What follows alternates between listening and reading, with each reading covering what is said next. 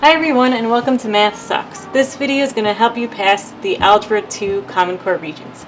So we're doing this one question at a time. We have given x does not equal -2, the expression 2x squared plus 5x plus 8 all over x plus 2 is equal to, and then we got to figure it out. Looks like we're going to need to divide, and since we have this nice x plus 2, that means we can use synthetic division.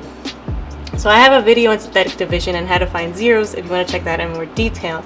But for those of you who already remember or need just a little refresher, let's just go over this kind of quickly. So to do synthetic division, we're going to make a little table, and we're always going to take the term and negate it. So this is on the bottom here. So we're dividing by, we always have to be dividing by a binomial to do synthetic division, and we are here. We have x plus 2, and then we're going to negate this term. So this is a positive 2, so now we're going to put a -2 over here. And now we're just going to take each coefficient of our top polynomial. So we have 2, 5, and 8. So synthetic division is a really nice pattern. All we do is we're going to bring this down, this 2, and then we're going to multiply 2 times -2, which gives us 4.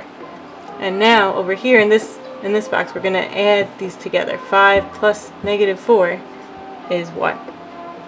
And then we're going to just do the same pattern again. So 1 times -2 is -2. And then we're going to add again. 8 plus -2. Or you could think of this as 8 minus 2. What gives you 6. So this is going to lead us to our answer. So now we're just going to... So I boxed this off because remember this is our remainder. That's how it always is in synthetic division. And then our answer is just right here. So we're always going to take the variable with one less value, with one less exponent value. So we stuck x squared here, so that means we're just going to have an x here. And then that means this 1 is just going to be a whole number.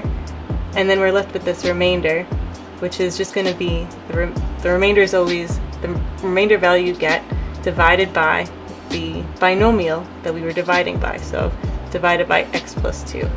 So our final solution is 2x plus 1 plus 6 over x plus 2, which represents our remainder at the end here. So that is choice 3. Up next we have question number 8. Which situation best describes conditional probability?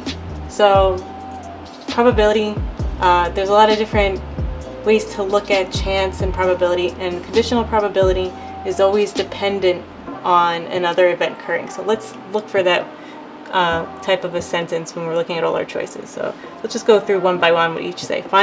Number 1, finding the probability of an event occurring 2 or more times.